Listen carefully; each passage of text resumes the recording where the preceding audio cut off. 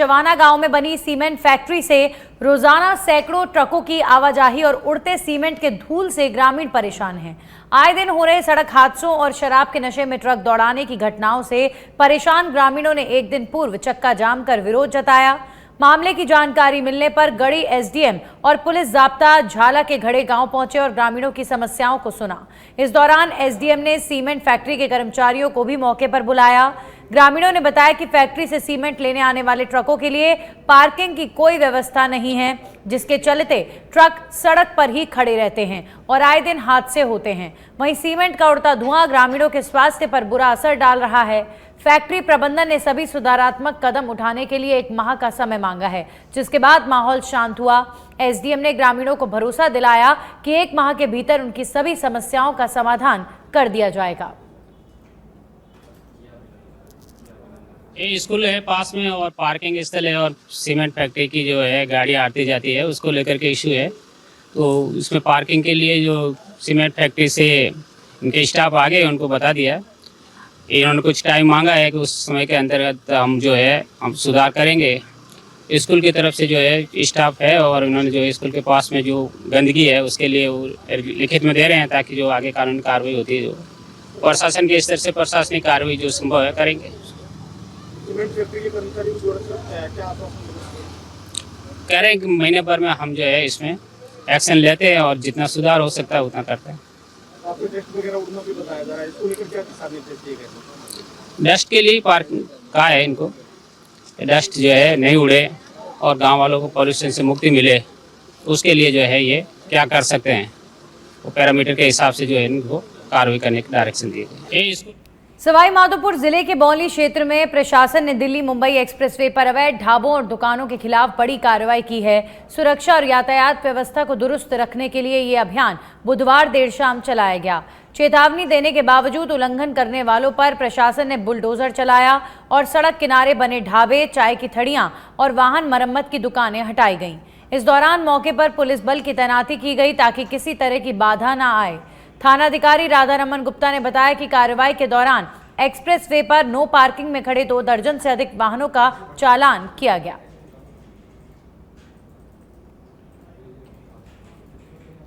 वहीं भरतपुर के रुदावल से खबर है, जहां पर रुदावल में गन्ने के खेत में लगी भीषण आग। 2 बीघा खेत की पूरी फसल जलकर हुई राख। शॉर्ट सर्किट से लगी आग से किसान को लाखों रुपयों का नुकसान। सूचना पर रूपवास से पहुंची दमकल टीम, दमकल और ग्रामीणों की सहायता से पाया गया आग पर काबू। तो रुदावल में गन्ने के खेत में भीषण आग लग गई। 2 बीघा खेत की पूरी फसल जलकर खाक हो गई है। किसान को भारी नुकसान यहां पर हुआ है। दमकल और ग्रामीणों की सहायता से अभी फिलहाल आग पर काबू पाया जा चुका है। रुदावल में गन्ने के खेत में आग लगने की वजह से किसान को भारी नुकसान हुआ है। तो 2 बीघा खेत की पूरी फसल जलकर राख हो गई है। शॉर्ट सर्किट की वजह से आग लगने का कारण बताया जा रहा है। लाखों का नुकसान यहां पर खेत के किसान को हुआ है। गन्ने के खेत में खड़ी फसल में भीषण आग लग गई। वहीं सिरोही के रेवदर से खबर है, जहां पर कृषि कुएं पर संदिग्ध पदार्थ मिलने से जुड़ी एक खबर है। एमडीएम जैसे नशीले पदार्थ होने की जताई जा रही आशंका। मौके पर कई प्रकार के केमिकल से भरे ड्रम, लैब का मिला सामान, नशीले पदार्थ बनाए जाने से प्रयुक्त सामान होने की जताई आशंका। कृषि कुएं पर बने अलग अलग कमरों, फैक्ट्री जैसा कारोबार का जताया जा रहा अंदेशा। नारकोटिक्स टीम ने मौके के करीब 90 से ज्यादा उपकरणों को जब्त कर लिया है। आज पूरे प्रकरण का खुलासा होने का लगाया जा रहा अंदेशा। नारकोटिक्स इंस्पेक्टर राजेश चौधरी अपनी टीम के साथ पूरी जांच कर रहे हैं। वहीं सीआई सीताराम पवार अपने जाब्ते के साथ लगातार मौके पर मुस्तैद हैं। दांतराई स्थित कृषि कुएं का यह पूरा मामला बताया जा रहा है। तो सिरोही के रेवदर में नारकोटिक्स टीम अब पूरे मामले की जांच में जुट गई है। दांतराई स्थित कृषि कुएं में संदिग्ध पदार्थ मिलने से जुड़ी एक खबर बताई जा रही है। राजस्थान में भारत निर्वाचन आयोग द्वारा SIR सर्वे शुरू कर दिया गया है। मंगलवार से BLO घर घर जाकर मतदाताओं के फॉर्म भर रहे हैं। सीकर शहर के BLO ने बताया कि 2002 के बाद जुड़े मतदाताओं से पहचान और नागरिकता के प्रमाण मांगे जा रहे हैं, जिसमें आधार कार्ड मान्य हैं। फॉर्म छपाई और सर्वे की मॉनिटरिंग जिला निर्वाचन अधिकारी द्वारा की जा रही है। मतदाताओं को आवेदन के समय कोई दस्तावेज जमा करने की आवश्यकता नहीं है। ड्राफ्ट मतदाता सूची जारी होने के बाद जिनका नाम सूची में नहीं होगा, उन्हें नोटिस भेजकर दस्तावेज जमा कराने के लिए कहा जाएगा। BLO 1 माह के भीतर 3 बार घर जाकर आवेदन पहुंचाएंगे। ना मिलने पर नोटिस देकर फॉर्म घर में डाल दिया जाएगा। सर्वे में मान्य सरकारी दस्तावेजों में सरकारी पहचान पत्र, पेंशन आदेश, जन्म प्रमाण पत्र, शैक्षणिक प्रमाण पत्र और निवास प्रमाण पत्र शामिल हैं। निर्वाचन विभाग द्वारा प्रक्रिया शुरू गई है। हर मतदाता के पास जाकर ये गणना प्रपत्र दिए जाएंगे, जिसमें 2 गणना प्रपत्र दे रहे हैं, वही मतदाता को भरकर देना है। और भरकर देने के बाद में उसमें अगर किसी की कोई मृत्यु हो गई है, कोई किसी दूसरी जगह चला गया, मकान चेंज कर दिए हैं, तो वो फॉर्म जब भी हमारे पास वापस आएंगे तो हमें पता चल जाएगा। और BLO घर घर जाकर ये काम कर रहे हैं और आगे जो भी हमारे विभाग के निर्देश होंगे उस अनुसार हम कार्य करेंगे। अंबिकापुर कोतवाली थाना क्षेत्र में बीती रात अज्ञात चोरों ने एक मोबाइल की दुकान को निशाना बनाते हुए बड़ी वारदात को अंजाम दिया। सूत्रों के अनुसार चोर दुकान से करीब 25 लाख रुपए के मोबाइल फोन और नगद राशि लेकर फरार हो गए। घटना की जानकारी मिलते ही कोतवाली थाना प्रभारी समेत साइबर सेल की टीम मौके पर पहुंची और जांच शुरू की गई। पुलिस ने फॉरेंसिक एक्सपर्ट और डॉग स्क्वाड टीम को भी जांच में शामिल किया है। साथ ही आसपास लगे CCTV कैमरों की फुटेज खंगाली गई ताकि चोरों की पहचान कर जल्द गिरफ्तार किया जा सके। शहर के बीचों बीच हुई इस बड़ी चोरी ने पुलिस की सुरक्षा व्यवस्था पर सवाल खड़े कर दिए हैं। फिलहाल पुलिस पूरे मामले की गंभीरता से जांच कर रही है।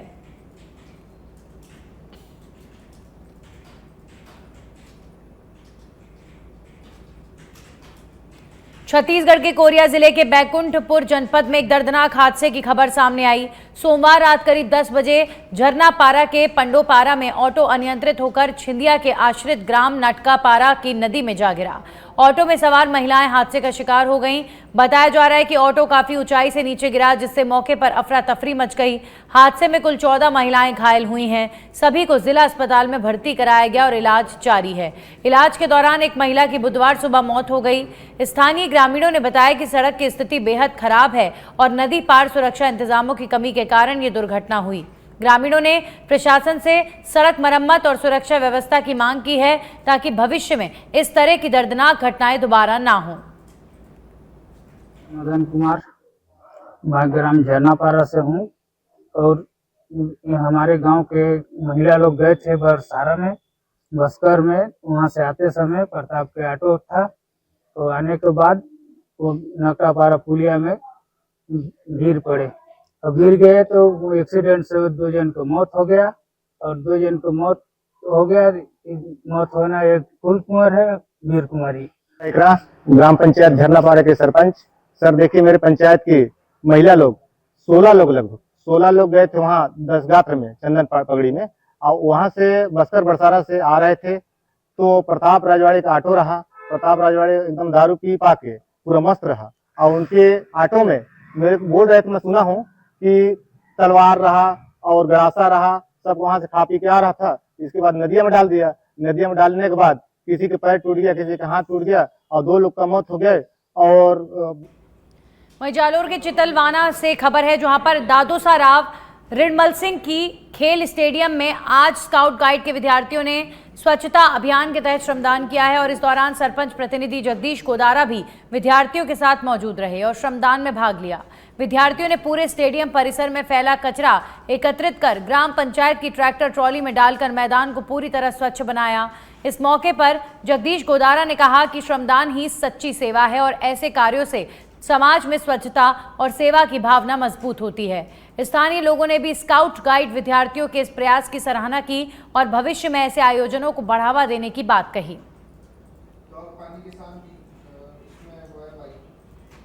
और अब खबर जयपुर से। कर्मचारी चयन बोर्ड की परिचालक भर्ती सफलतापूर्व संपन्न हुई। 500 पदों के लिए आज आयोजित की गई थी भर्ती परीक्षा। प्रदेश के 14 जिलों में हुआ परीक्षा का आयोजन। सुबह 11 से दोपहर 1 बजे तक था भर्ती परीक्षा का समय। 14 जिलों में 370 परीक्षा केंद्रों पर आयोजित हुई परीक्षा। 1,08,000 अभ्यर्थियों ने परीक्षा के लिए किया था आवेदन। जयपुर में 99 परीक्षा केंद्रों पर परीक्षा आयोजित की गई थी।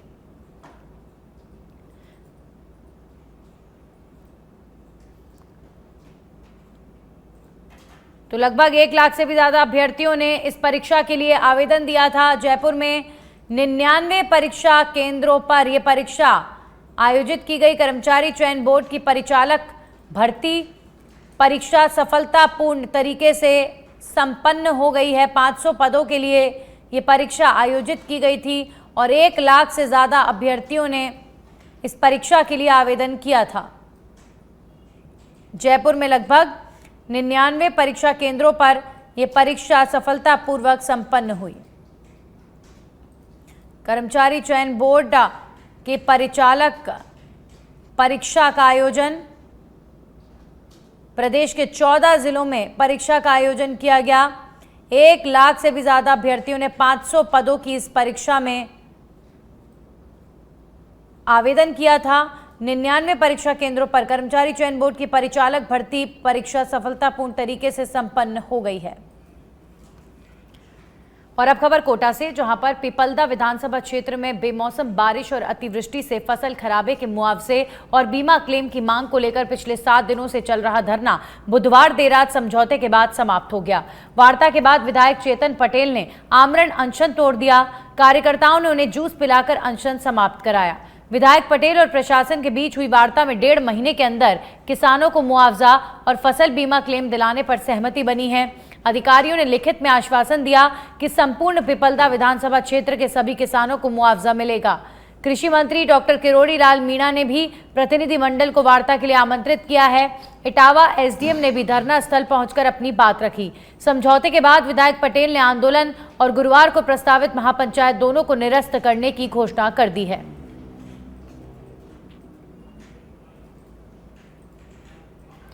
भरतपुर के रुदावल कस्बे में कीचड़ और जलभराव ने लोगों का जनजीवन अस्त व्यस्त कर दिया है। कई इलाकों में जलभराव के कारण लोग अपने घरों और बाजार तक जाने में परेशानी महसूस कर रहे हैं। स्थानीय लोगों का कहना है कि कीचड़ और जलभराव के कारण मच्छरों की संख्या बढ़ रही है, जिससे बीमारियों का खतरा भी बढ़ गया है। ग्रामीणों ने ग्राम पंचायत में कई बार शिकायत भी की, लेकिन अब तक कोई ठोस समाधान नहीं निकला। स्थानीय लोग प्रशासन से शीघ्र राहत की मांग कर रहे हैं, ताकि उनके इलाके में साफ सफाई सुनिश्चित हो और स्वच्छ भारत अभियान के उद्देश्य को साकार किया जा सके। शिकायत करिए कॉलोनियों को सही करवाने, इसको पानी को सही करवाने की, लेकिन कोई सुनता नहीं है। तो इसको सही कराया जाए। बच्चे बीमार होते हैं आए दिन, कीड़े मकोड़े पनपते हैं। कौन सी कॉलोनी है? रघुनाथ मंदिर कॉलोनी है। तहसील के अंदर ये जो डबरा है वो यहाँ के मालिक हैं, उनका मालिक का नाम है ये भल्ली खिलार है वो जाति से। ना तो यहाँ पर कोई सरपंच जन सुनवाई करते हैं। सरपंच जो आते हैं, एक तो यहाँ की कोई भी सड़कों की जो लेवल है एक बराबर नहीं है, कोई ऊंची है तो कोई नीची है। ये भी देखो सड़क ये जा रही है 300-400 मीटर की है, ये भी थोड़े छोटे छोटे टुकड़े हैं। ये टुकड़ों में सड़क बिल्कुल लेवल नहीं है। इन्हें एक सी सड़क हो। और यहाँ मच्छरों का ज़्यादा वो है, पनपना है, मच्छर पनपते हैं। और आगे सरपंच का वो होता है, इसमें अधिकार होता है सभी के घर के आगे है कि पानी को हमारी ये जो खेरा ठाकुर की ये जो पोखर बनी हुई है इसमें पानी जाना चाहिए। पानी जाता नहीं है। एक दूसरा ऐसा पानी करते हैं जो पड़ोस में आगे चल के कुछ पानी नहीं निकलने देते अपने। इसकी कई बार शिकायत करी है कॉलोनी। वहीं महुआ इलाके में चड्डा गैंग फिर सक्रिय हो गया है। बालाहेड़ी थाना क्षेत्र के पाडली और खोरा नंद सिंह गाँव में बीती रात चोरी की वारदातें हुई हैं। पाडली गांव में एक व्यक्ति के घर की कुंडी तोड़कर चोरी का प्रयास किया गया, लेकिन घर वालों के जाग जाने पर गैंग के 2 सदस्य फरार हो गए। वहीं खोरा नंद सिंह गांव में एक व्यक्ति के घर से लगभग आधा किलो चांदी के जेवरात चोरी कर लिए गए।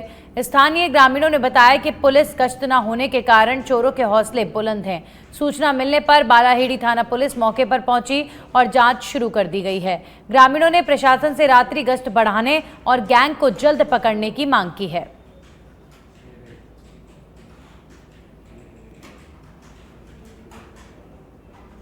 नवंबर की शुरुआत के साथ ही बयाना क्षेत्र में मौसम ने ली करवट। बुधवार सुबह घना कोहरा छाया रहा, जिससे सुबह के समय दृश्यता बेहद कम हो गई। सड़कों पर दौड़ रहे वाहनों को दिन के समय भी हेडलाइट जलाकर चलना पड़ा। स्थानीय लोगों ने बताया कि कार्यालय, स्कूल और बाजारों तक पहुंचने में परेशानी हुई। सुबह से ही ठंडी हवाओं के साथ कोहरे की चादर फैली रही, जिससे सर्दी का एहसास और गहरा गया है। मौसम विभाग के अनुसार आने वाले दिनों में तापमान में और गिरावट दर्ज की जा सकती है और सुबह शाम कोहरा घना हो सकता है। बदलते मौसम के कारण लोग अब गर्म कपड़े और हीटर का सहारा लेने लगे हैं। किसानों के लिए ये मौसम फसलों के लिए अनुकूल माना जा रहा है, लेकिन धुंध के कारण यातायात प्रभावित हो रही है।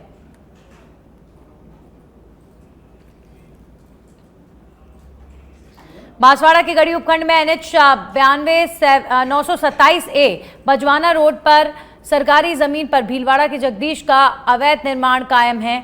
पूर्व तहसीलदार के नोटिस और अतिक्रमणधारी के 15 दिन में हटाने के लिखित आश्वासन के बावजूद कोई कार्रवाई नहीं हुई। पटवारी गिरदावर की रिपोर्ट भी लंबित है। सीएम भजनलाल शर्मा के सख्त निर्देशों की अवहेलना की जा रही है। होटल और करोड़ों के वाहन सरकारी जमीन पर खड़े हुए हैं।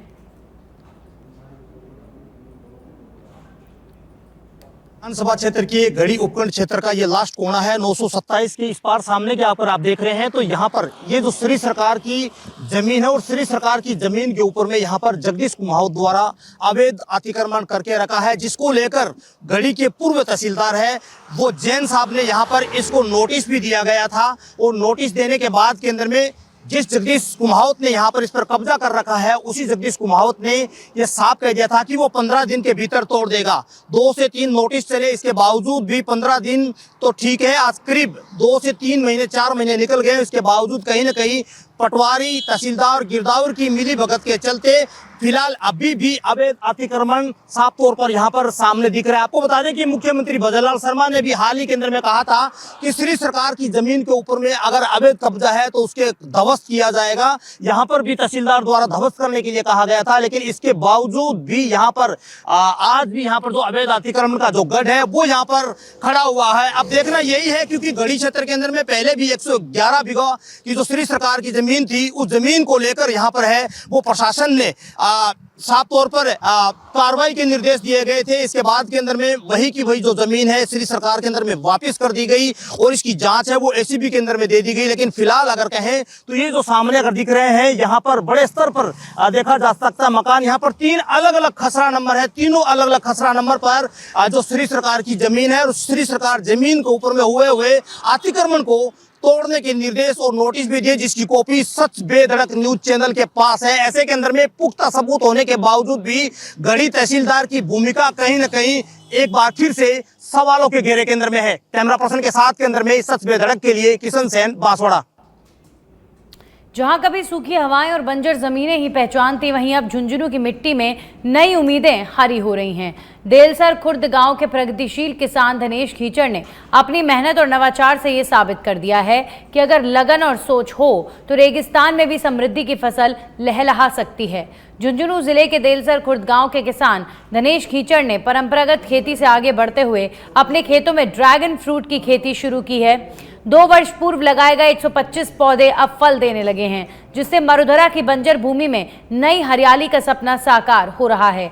धनेश ने अपने खेतों में ड्रिप इरिगेशन प्रणाली अपनाई है, जिससे हर पौधे को जरूरत भर नमी मिलती है और पानी की काफी बचत होती है। ये ड्रैगन फ्रूट की खेती 2 साल से कर रहे हैं और ये ड्रैगन खेती का प्रशिक्षण मैंने करनाल से लिया था, करनाल हरियाणा से। तो वहाँ पे मैंने इसको देखा कि इसकी उस टाइम पे फ्रूटिंग आई हुई थी, तो ये काफ़ी अच्छी फ्रूटिंग थी, फल भी अच्छा था और इसकी जो मतलब मार्केटिंग है वो भी अच्छी है। तो फिर हमने वहाँ से इसका बीज मंगवा के और यहाँ पे अपने यहाँ पे ड्रैगन फ्रूट की खेती स्टार्ट की। ये 2 साल में पैदावार देना स्टार्ट कर देता है। हमने 2 साल पहले ये ड्रैगन फ्रूट लगाए थे और इस बार इसने फ्रूटिंग स्टार्ट कर दी। गर्मी में तो सक्सेस हो जाता है, लेकिन सर्दी में जब धुंध आती है तो इसका थोड़ा सा ध्यान रखना पड़ता है, बाकी और कोई दिक्कत नहीं है इसमें। तो किस तरीके से क्या ध्यान रखा जाता है उसमें? इसमें धुंध से क्या इसके अंदर फंगस आ जाता है पानी के अंदर ऊपर आने से, तो इसके ऊपर नेट वगैरह लगाना पड़ता है, नेट या फिर लो टर्नल। इसके एक ये पत्थर लगा के उसके पत्थर के ऊपर फिर लोहे की 4 दीवारी के अंदर इसको रखना पड़ता है। ऊपर से जब नीचे वापस आएगा तब इसकी फ्रूटिंग स्टार्ट होगी।